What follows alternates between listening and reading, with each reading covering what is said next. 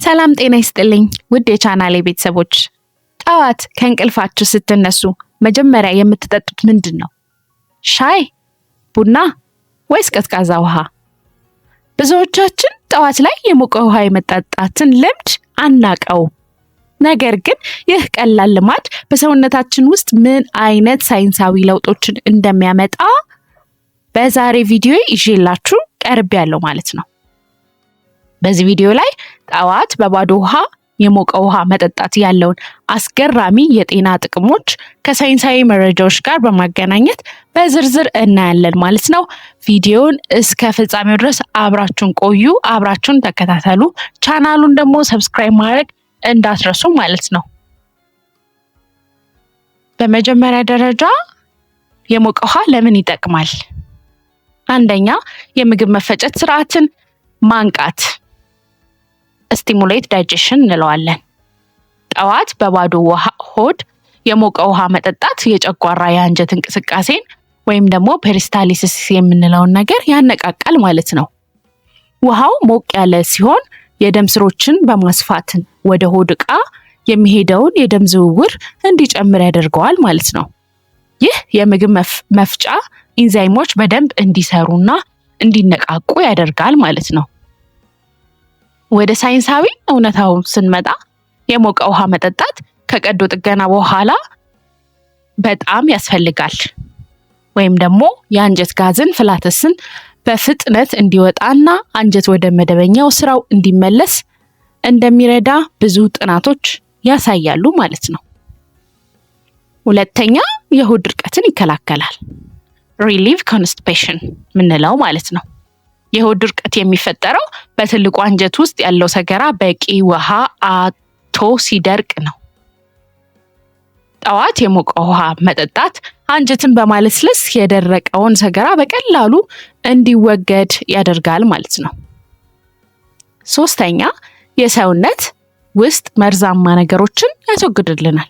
ወይም ደግሞ በሰውነታችን ውስጥ ያሉትን መርዛማ ነገሮች እንዲወገዱ ያደርጋል ማለት ነው። ወይም ደግሞ ዲቶክሲፊኬሽን የምንለው ማለት ነው።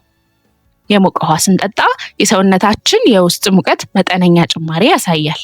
ይህ ደግሞ ላብ እንዲያልበን ያደርጋል ማለት ነው። በላብና በሽንት አማካኝነት ደግሞ በሰውነታችን ውስጥ የተከማቹ አላስፈላጊ ኬሚካሎችና መርዛማ ነገሮች ወይም ደግሞ ቶክሲን የምንላቸው ነገሮች በቀላሉ ይወገዳሉ ማለት ነው። አራተኛ፣ የደም ዝውውርን ያሻሽልልናል።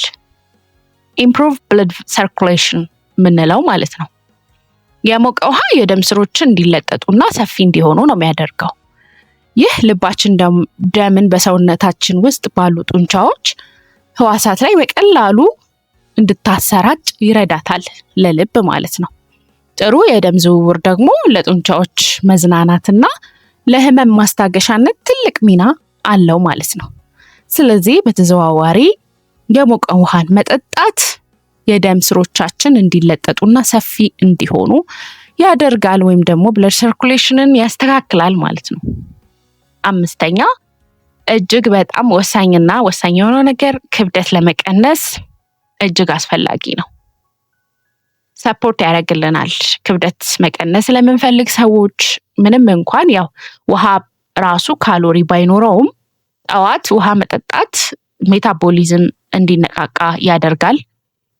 በተጨማሪም ጠዋት በቂ ውሃ መጠጣት ከልክ በላይ የመራብ ስሜትን ስለሚቀንስ ይሄ ክብደት ለመቀነስ እጅግ በጣም ወሳኝ ነው የሞቀ ውሃ መጠጣት። ለእንደዚህ ሁሉ ነገሮች እጅግ በጣም አስፈላጊ ነው ማለት ነው። ሌላው ምንድን ነው? አንኳር ፖይንቱ ጥንቃቄ ማድረግ ያለብን ነገሮች ናቸው።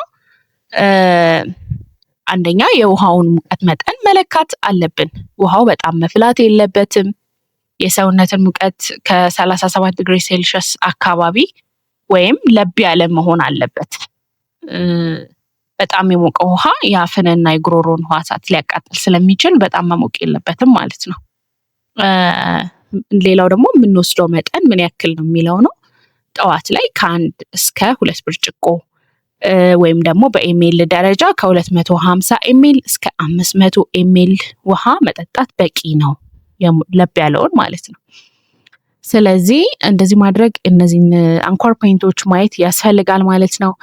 እንግዲህ ውድ ተመልካቾቼ ይህን ቀላልና ምንም ወጪ የማይጠይቅ ልማድ በየቀኑ ጠዋት በመተግበር ጤናችሁን መጠበቅ ትችላላችሁ። እናንተስ ደግሞ ጠዋት የሞቀ ውሃ የመጠጣት ልማድ አላችሁ? ያያችሁትን ለውጥ በኮሜንት መስጫው ላይ አካፍሉኝ።